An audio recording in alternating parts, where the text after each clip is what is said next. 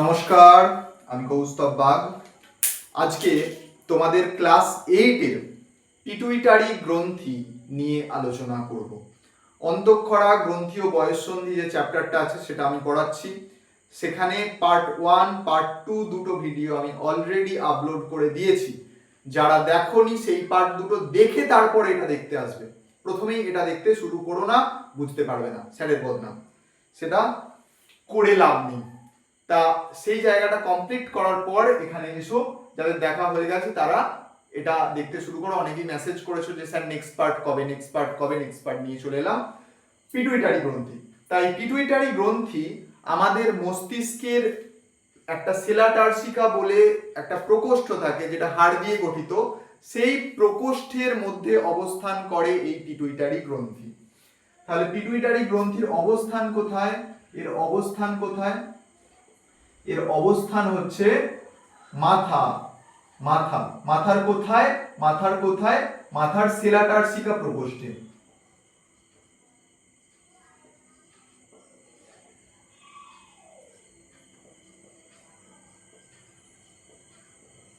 মাথার সেলাটার্সিকা প্রকোষ্ঠে এটা অবস্থান করে। তা এতটা হলো, মানে আমাদের যে মাথা আছে, এই মাথার উপরের পার্টটা আমাদের ব্রেনের পার্ট, তার ঠিক নিচে, নিচের দিক করে এই সোজা ভেতর দিকে গেলে সেই জায়গায় অবস্থান করে এই পিটুইটারি গ্রন্থি। মাছের ক্ষেত্রে পিটুইটারি গ্রন্থি দেখাবো কোনো একদিন, ঠিক আছে? মানুষের মাথা তো আর কাটতে পারবো না, মাছের মাথা কেটে দেখাবো পিটুইটারি গ্রন্থির অবস্থান কোথায়। ঠিক আছে, যাই হোক। তা এই পিটুইটারি গ্রন্থিকে বলে প্রভু গ্রন্থি। কেন প্রভু গ্রন্থি বলে? আচ্ছা, তোমার বাড়িতে কে হেড মেম্বার? তোমার বাবা। তাহলে বাবা তোমার উপর অনেক অংশেই প্রভুত্ব বিস্তার করে। মানে বাবা হঠাৎ করে বললো যা হাট থেকে মাছ কিনে নিয়ে আয়, কিনে নিয়ে এলে,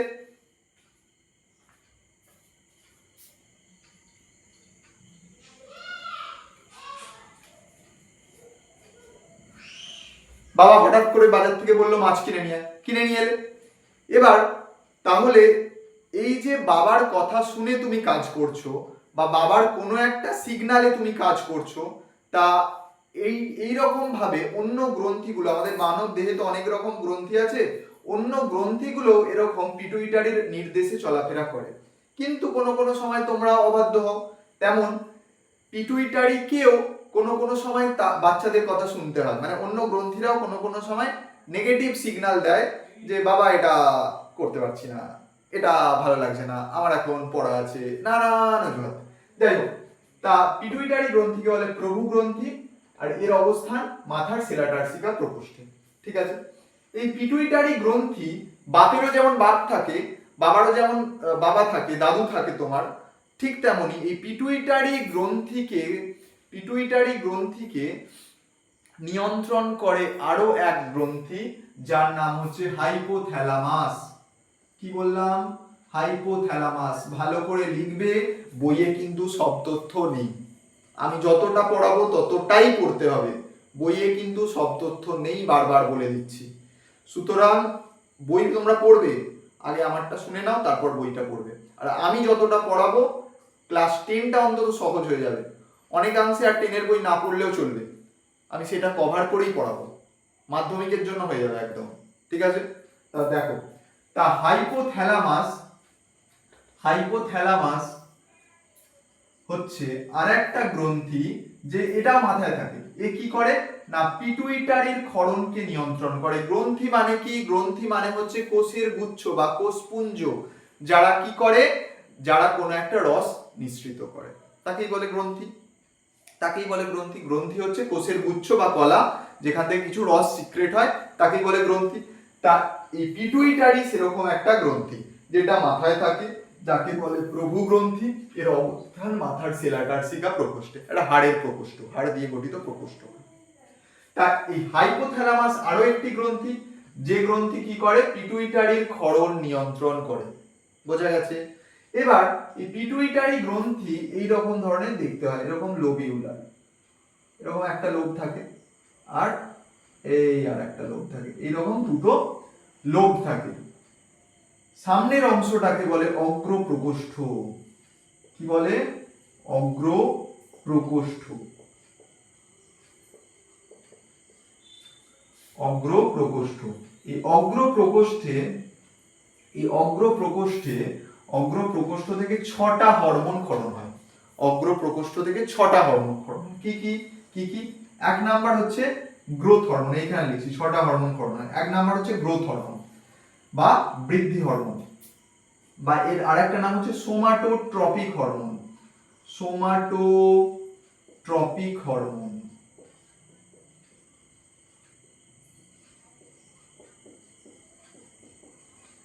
তারপরে হচ্ছে TSH, থাইরয়েড স্টিমুলেটিং হরমোন। নামগুলো লিখছি না, বইতে আছে হয়তো, দেখবে। নামগুলো হচ্ছে থাইরয়েড স্টিমুলেটিং হরমোন। প্রথম হলো গ্রোথ হরমোন, তারপর হচ্ছে থাইরয়েড স্টিমুলেটিং হরমোন। লিখেই দিই বাবা, আবার না পেলে আমাকে এসে ধরবে।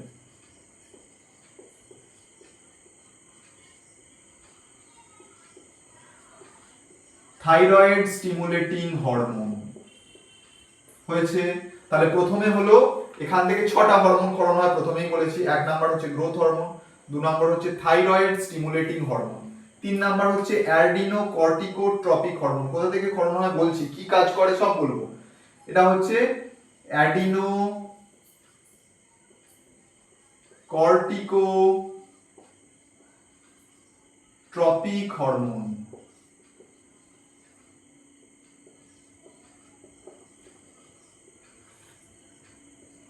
এটা হচ্ছে ফলিকেল স্টিমুলেটিং হরমোন।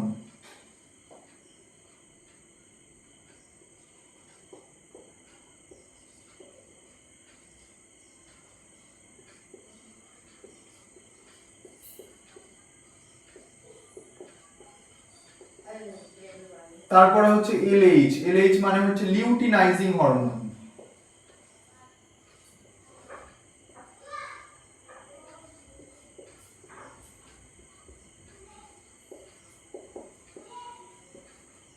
তারপরে হচ্ছে প্রোল্যাকটিন, এটা তো লেখাই আছে। তাহলে এক নাম্বার হলো GH বা গ্রোথ হরমোন, 2 নাম্বার হচ্ছে TSH thyroid stimulating hormone, 3 number হচ্ছে ACTH অ্যাডিনোকর্টিকোট্রপিক হরমোন, 4 নাম্বার হচ্ছে FSH follicle stimulating hormone, 5 number হচ্ছে LH লিউটিনাইজিং হরমোন, 6 নাম্বার হচ্ছে প্রোল্যাকটিন। বোঝা গেছে। তাহলে অগ্র প্রকোষ্ঠ থেকে আমার 6টা হরমোন রিলিজ হলো। অগ্র প্রকোষ্ঠ বা অ্যাডিনো হাইপোফাইসিস থেকে আমার 6টা হরমোন রিলিজ হলো। এবার আমি আসছি পশ্চাৎ প্রকোষ্ঠ। তাহলে অগ্র প্রকোষ্ঠ থেকে আমার 6টা হরমোন রিলিজ হয়েছে। এবার আসছি পশ্চাৎ প্রকোষ্ঠ। পশ্চাৎ প্রকোষ্ঠ কোনো হরমোন তৈরি করতে পারে না। পশ্চাৎ প্রকোষ্ঠ কি করে? হরমোন তৈরি করতে পারে না, কিন্তু এ কি করে না, হরমোন সঞ্চয় করে এবং সেখান থেকে রিলিজ করে। মানে হাইপোথ্যালামাস থেকে দুটো হরমোন তৈরি হয়, যে হরমোনগুলো এসে এই পশ্চাৎ প্রকোষ্ঠে জমা হয়, স্টোর হয়। হাইপোথ্যালামাস থেকে অনেক হরমোনই বের হয় যেগুলো অগ্র প্রকোষ্ঠের উপর কাজ করে, কিন্তু কিছু কিছু হরমোন, দুটো হরমোন শুধুমাত্র এটা এসে পশ্চাৎ প্রকোষ্ঠে এসে স্টোর হয় এবং সেখান থেকে রিলিজ হয়। দুটো হরমোনের নাম হচ্ছে, এক নাম্বার হচ্ছে ADH অ্যান্টি ডাইইউরেটিক হরমোন, বা এর আরেকটা নাম আছে ভেসোপ্রেসিন। ভেসোপ্রেসিন হয়েছে। আর 2 নাম্বার হরমোন হচ্ছে oxytocin.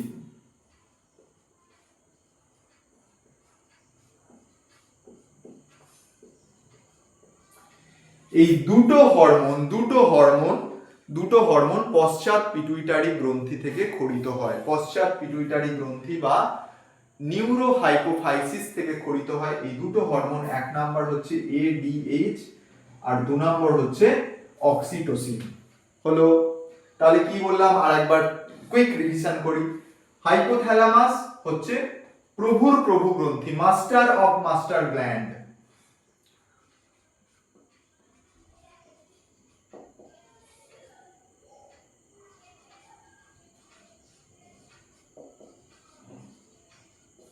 Master of master gland কে বলে হাইপোথ্যালামাস। কাকে বলে? হাইপোথ্যালামাস কে। বোঝা গেছে? তার মানে এবার আর সে কার উপর নিয়ন্ত্রণ করে? পিটুইটারির উপর। পিটুইটারিকে বলে প্রভু গ্রন্থি, প্রভুর প্রভু, সেই জন্য বলে মাস্টার অফ মাস্টার গ্ল্যান্ড। একে পিটুইটারিকে প্রভু গ্রন্থি বা মাস্টার গ্ল্যান্ড বলে। একে কি বলে? মাস্টার গ্ল্যান্ড, একটা মাস্টার।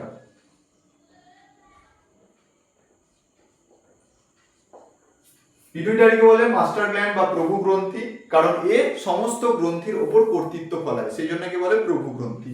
আর হাইপোথ্যালামাসকে বলে মাস্টার অফ মাস্টার গ্ল্যান্ড। এর অবস্থান মাথার সেরাটার্সিকা প্রকোষ্ঠ। এর দুটো প্রকোষ্ঠ, একটা হচ্ছে অগ্র প্রকোষ্ঠ, একটা হচ্ছে পশ্চাৎ প্রকোষ্ঠ। অগ্র প্রকোষ্ঠ থেকে 6টা হরমোন খরণ হয়। একটা হচ্ছে গ্রোথ হরমোন জিএইচ, একটা হচ্ছে টিএসএইচ থাইরয়েড স্টিমুলেটিং হরমোন, একটা হচ্ছে ACTH adeno corticotropic hormone, 4 number হচ্ছে FSH follicle stimulating hormone, 5 number হচ্ছে এলএইচ লিউটিনাইজিং হরমোন, আর 6 নাম্বার প্রোল্যাকটিন। ঠিক আছে। পশ্চাৎ পিটুইটারি থেকে কোনো হরমোন উৎপাদিত হয় না, কোনো হরমোন উৎপাদন হয় না। কি হয়? সেখানে এসে সঞ্চয় হয় আর ক্ষরণ হয়। যেটা ক্ষরণ সঞ্চয় কোথায় উৎপন্ন হয়? হাইপোথ্যালামাসে উৎপন্ন হয়। এই দুটো হরমোন কোথায় উৎপন্ন হয়? হাইপোথ্যালামাসে উৎপন্ন হয়। কিন্তু এখানে এসে কি হয়? সঞ্চয় হয়, এখান থেকে ক্ষরিত হয়। আর এখানে 6টা হরমোন উৎপন্ন হয়। উৎপন্ন হওয়া মানে তৈরি হওয়া, কিন্তু এখানে তৈরি হচ্ছে না, এখানে তৈরি হচ্ছে, এসে এখানে স্টোর হচ্ছে মানে জমা হচ্ছে, তারপর এখান থেকে নিঃসৃত হচ্ছে। বোঝা গেছে? দেখো, বোর্ডটা নোট করো, তারপর আমি মুছবো।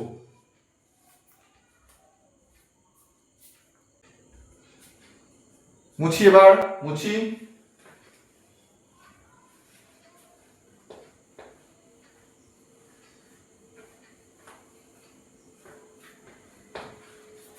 এবার এবার তোমাদের এক এক করে প্রত্যেকের সঙ্গে আমি পরিচয় করব। প্রথমে পশ্চাৎ পিটুইটারিতে যেহেতু দুটো হরমোন আছে, এই দুজনের সঙ্গে আগে পরিচয় করি। প্রথম জন হচ্ছে অক্সিটোসিন।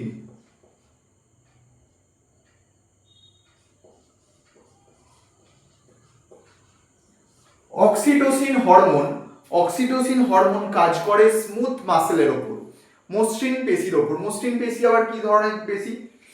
আমরা এই যে পেশিটা, এখানে যে পেশি, এই পেশিকে কি করছি আমরা? সংকোচন প্রসারণ করতে পারছি। এই পেশি হাড়ের সঙ্গে লেগে আছে, এগুলোকে বলে স্কেলিটাল মাসেল। এগুলোকে বলে স্কেলিটাল মাসেল বা অস্থি পেশি। এগুলো কি হয়? আমাদের ইচ্ছা অনুযায়ী চলাফেরা করে। আমি হাত এরকম করলাম, পেশি সংকোচন হয়ে গেল, হাতটা এরকম করলাম, পেশি প্রসারিত হয়ে গেল। কিন্তু কিছু কিছু পেশি আছে যেগুলো আমাদের ইচ্ছায় চলে না। যেমন আমাদের পেটের যদি মধ্যে যে আমাদের নাড়িভুঁড়ি আছে, নাড়িভুঁড়ি মানে কি? আমাদের ক্ষুদ্রান্ত বৃহদান্ত বলে যে অঙ্গগুলো আছে, সেইগুলোর পেশিগুলো কি আমরা নিয়ন্ত্রণ করতে পারি? সেগুলো আমরা নিয়ন্ত্রণ করতে পারি না। মেয়েদের ক্ষেত্রে স্তন গ্রন্থির পেশি, তারা কি নিয়ন্ত্রণ করতে পারে? পারে না। ইউটেরাস বা জরায়ুর পেশি, তারা কি নিয়ন্ত্রণ করতে পারে? পারে না। তাহলে এই পেশিগুলো হচ্ছে অনৈচ্ছিক পেশি। এগুলো হচ্ছে অনৈচ্ছিক পেশি, এগুলোই হচ্ছে স্মুথ মাসেল। এই অক্সিটোসিন কাজ করে স্মুথ মাসেলের উপর। অক্সিটোসিন কি করে না? দুগ্ধ ক্ষরণে সাহায্য করে। দুগ্ধ ক্ষরণের সাহায্য করে, মায়ের দেহ থেকে, মায়ের স্তন থেকে দুগ্ধ ক্ষরণে সাহায্য করে কে? Oxytocin hormone. মানে মায়ের দেহে যে দুধ উৎপাদন হচ্ছে বাচ্চার জন্ম দেওয়ার পরে, বাচ্চা জন্ম নেওয়ার পরে যে দুধ উৎপাদন হচ্ছে, সেই দুগ্ধ ক্ষরণে সাহায্য করে এই অক্সিটোসিন পেশি, এই অক্সিটোসিন হরমোন।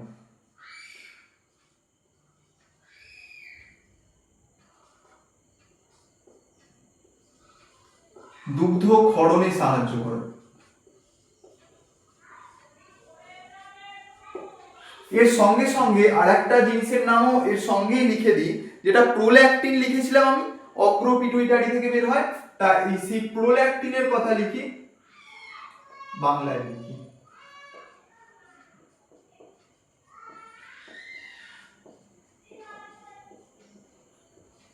প্রোল্যাকটিনের দুগ্ধ ক্ষরণ নয়, দুগ্ধ উৎপাদনে সাহায্য করে।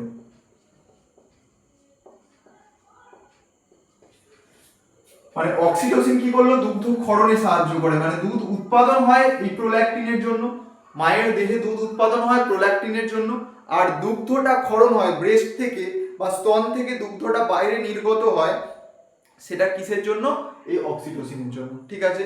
আর বাচ্চা জন্ম দেওয়ার সময় কিন্তু এই অক্সিটোসিন কাজ করে। বাচ্চা জন্ম দেওয়ার সময়ও কিন্তু অক্সিটোসিন কাজ করে, জরায়ুর উপর কাজ করে।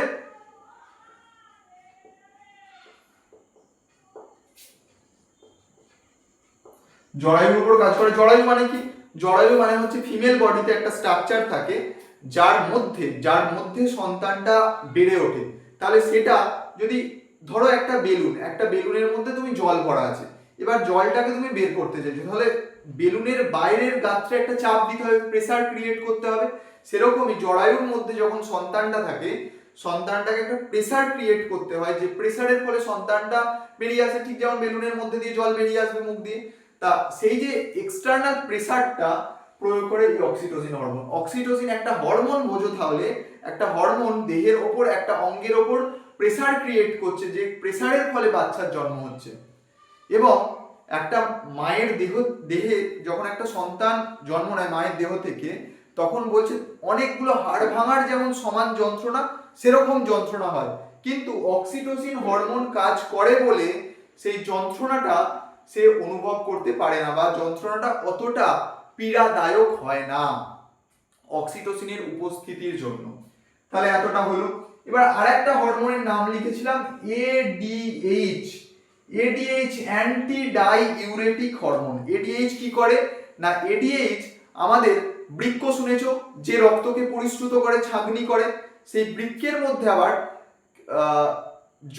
জলটা বৃক্কের মধ্যে সব রক্তটা থেকে জলটাকে আলাদা করছে, তারপরে তো সেখান থেকে মূত্রটা হচ্ছে। কিন্তু প্রথম অবস্থায় কি হয় না, মূত্রের পরিমাণটা অনেক বেশি থাকে বা ফিল্ট্রেটের পরিমাণ অনেক বেশি থাকে, তারপরে সেখান থেকে জলটা আস্তে আস্তে দেহ নিয়ে তারপরে ঘন একটা মূত্র তৈরি করে। আমরা সারাদিনে যতটা জল খাই ঠিক ততটাই কি মূত্র উৎপাদন করি? তা করি না কিন্তু। বা আমাদের দেহে যতটা রক্ত আছে ততটাই কি মূত্র উৎপাদন হয়? তা হয় না কিন্তু, তার চেয়ে অনেক কম হয়, তার চেয়ে অনেকটা কম হয়। কেন হয়? কারণ জল এই বৃক্ক থেকে আবার দেহের মধ্যে ঢুকিয়ে নেওয়া হয়, শুধু ক্ষতিকর বজ্র পদার্থটাই মূত্রের মাধ্যমে দেহের বাইরে নির্গত করা হয়, জল কিন্তু বেশি দেহের বাইরে বের করতে দেওয়া হয় না। তাই এই যে জলের পুনঃশোষণ হয় বৃক্কে, এটা করে এই এডিএইচ হরমোন। তাহলে এডিএইচ হরমোন কি করে? বৃক্কে জলের পুনঃশোষণ করে।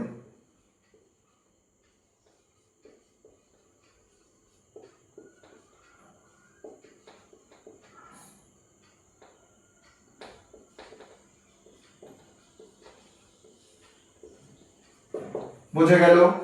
তাহলে পশ্চাৎ পিটুইটারি থেকে দুটো হরমোন যে বলেছিলাম, অক্সিটোসিন আর ভেসোপ্রেসিন, দুজনের কাজ হয়ে গেল, হয়েছে। এবার অগ্র পিটুইটারির যে অংশগুলো সেগুলো নিয়ে বলবো। অগ্র পিটুইটারি প্রথমেই যে যার নাম ছিল তার নাম ছিল গ্রোথ হরমোন।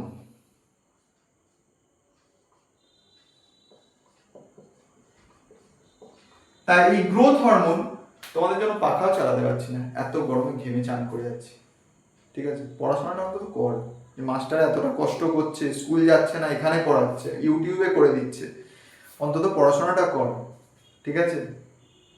আমার এফোর্টটা 100% থাকবে, তোরটাও 100% থাকতে হবে, তবেই কিন্তু হবে কিছু একটা, নাহলে কিন্তু হবে না। আমি বকে মরবো আর তুই কিছুই করবি না, ঘুমিয়ে ঘুমিয়ে কাটিয়ে দিবি, শুয়ে শুয়ে ফোন দেখবি, তাহলে কিন্তু হবে না। রিল স্ক্রোল করবি, হবে না। দেখছিস তো অবস্থাটা, দেখছিস তো? পড়। তা গ্রোথ হরমোন কি করে? নামেই আছে গ্রোথ, তাহলে কি করবে? দেহের বৃদ্ধি করবে।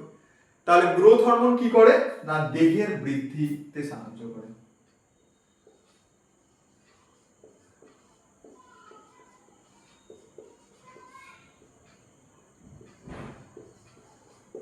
দেহের বৃদ্ধিতে সাহায্য করে। এবার যদি কোনো ব্যক্তির দেহে গ্রোথ হরমোন অতিরিক্ত মাত্রায় ক্ষরণ হয়, গ্রোথ হরমোন যদি অতিরিক্ত মাত্রায় ক্ষরণ হয়, তাহলে গ্রোথ হরমোনের যদি বেশি ক্ষরণ হয়, গ্রোথ হরমোন বা সোমাটোস্ট্যাটিনের যদি বেশি ক্ষরণ হয়, তাহলে কিছু রোগ হবে, আর কম ক্ষরণ হলেও কিছু রোগ হবে।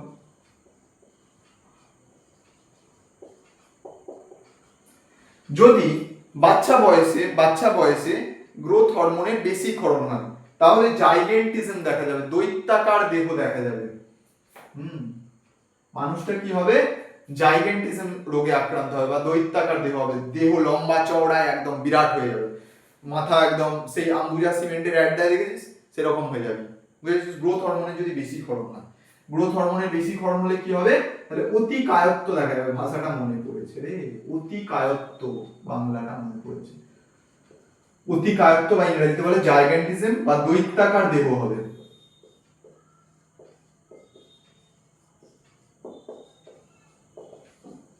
দৈত্যাকার দেহ হবে। যদি যদি গ্রোথ হরমোনের কম ক্ষরণ হয়, গ্রোথ হরমোন দেহ থেকে কম ক্ষরিত হচ্ছে বা মাথা থেকে পিটুইটারি থেকে কম ক্ষরণ হচ্ছে, তাহলে কি হবে? বামনত্ব দেখা যাবে। তোরা যেসব দেখিস যে বেঁটে খাটো মানুষ, পরিণত মানুষ কিন্তু দেখতে বাচ্চাদের মতো, তাহলে সেগুলো কিন্তু বামনত্বের শিকার। বামনত্ব বলছে বেঁটে মানুষকে, হ্যাঁ, হাইটে শর্ট, মানে পরিণত মানুষ কিন্তু বাড় বৃদ্ধি হয়নি, তা সেটাকে বলে বামনত্ব। গ্রোথ হরমোনের কম ক্ষরণে এই বামনত্ব হয়, বোঝা গেছে? আবার আরেকটা থার্ড কেস হতে পারে, পরিণত বয়সে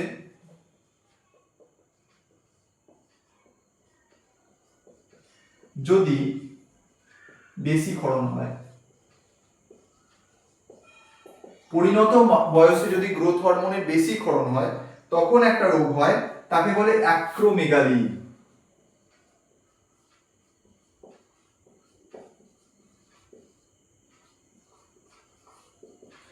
অ্যাক্রোমেগালিতে কি হয়? অ্যাক্রোমেগালিতে গালগুলো ঝুলে পড়ে। একটা মানুষ পরিণত হয়ে গেছে, মানে একটা তার বৃদ্ধি ঠিকঠাক হয়ে গেছে, তাহলে তারপরে তো সে আর বাড়তে পারবে না, কিন্তু তার ক্ষেত্রে কি হবে? তার ক্ষেত্রে এবার হাইটটা আর বাড়লো না বা ধারটা আর বাড়লো না, তার ক্ষেত্রে বিভিন্ন জায়গাগুলো চোয়ালটা বেড়ে যাবে। চোয়ালটা বেড়ে গেলে কি হবে? চোয়ালের এই জায়গাটা ঝুলে যাবে। দেখবি সেই ভোডাফোনের অ্যাড দিতে একটা কুকুরের অ্যাড দেয় না, কুকুরটার এই মুখের এইখানটা ঝোলা মতো এইরকম হয়ে যাবে। পা গুলো খুব বেড়ে যাবে, পায়ের চেটো বেড়ে যাবে, আগে যে জুতো পরতো সেই জুতো আর হবে না, এইরকম অ্যাক্রোমেগালি সিম্পটম। অ্যাক্রোমেগালিতে কি হচ্ছে না, পরিণত বয়সে যদি জিএইচ বা গ্রোথ হরমোনের অতিরিক্ত ক্ষরণ হয়, তখন হবে অ্যাক্রোমেগালি। হয়েছে? আচ্ছা, তাহলে আমরা অক্সিটোসিনের কথা বললাম, আমরা এডিএইচ এর কথা বললাম, আমরা গ্রোথ হরমোনের কথা বললাম। অক্সিটোসিন স্মুথ মাসেলের উপর কাজ করে, বাচ্চা জন্ম দেওয়ার সময় জরায়ুর উপর কাজ করে। কখন না? সন্তান জন্মের সময় সব তো আর জায়গায় নেই। জন্মের সময় কি করে? জরায়ুর উপর কাজ করে, জরায়ুর সংকোচন করে। বলে দিচ্ছি মনে রাখ। জন্মের সময় বাচ্চা যখন জন্ম নেয় মায়ের দেহ থেকে, মায়ের জরায়ুর উপর একটা সংকোচন সৃষ্টি করে, যার ফলে যে ঠেলের ফলে বাচ্চাটা বেরিয়ে আসে দেহ থেকে। বোঝা গেছে? আচ্ছা, তারপরে বললাম, তারপর অক্সিটোসিনের আরেকটা কাজ হচ্ছে, অক্সিটোসিন স্তনের ওপর কাজ করে। স্মুথ মাসেল স্তন বলেছি, মেয়েদের ক্ষেত্রে স্তন, তাই মেয়েদের স্তন থেকে দুগ্ধ ক্ষরণে সাহায্য করে হচ্ছে অক্সিটোসিন। আর আরেকটা হচ্ছে প্রোল্যাক্টিন হচ্ছে দুগ্ধ উৎপাদনে সাহায্য করছে। একজন দুগ্ধ উৎপাদনে সাহায্য করছে, আর উৎপাদন হলে তো হবে না, শুধু দুগ্ধ ক্ষরণ হতে হবে। সেটা কি করছে না আমাদের অক্সিটোসিন করছে। বোঝা গেছে? এডিএইচ কি করছে? এডিএইচ বৃক্কে জলের পুনঃশোষণ করছে। আমাদের বৃক্ক সারা দিনে 180 লিটার রক্তকে ছেঁকে ফেলে, তাহলে 180 লিটার কি আমরা মূত্র ত্যাগ করি? তা করি না, আমরা 1 থেকে 1.5 লিটার মূত্র ত্যাগ করি, পরিণত মানুষের ক্ষেত্রে বলছি। তাহলে এই 180 থেকে 1.5 করছে কে? এডিএইচ। জলের পুনঃশোষণ করছে, জলটা বৃক্ক দিয়ে বা বেরিয়ে যাচ্ছিল দেহ থেকে, সেটা আবার দেহের মধ্যে ভরে নিচ্ছে। কে করছে? এডিএইচ, অ্যান্টি ডাইইউরেটিক হরমোন বা ভেসোপ্রেসিন।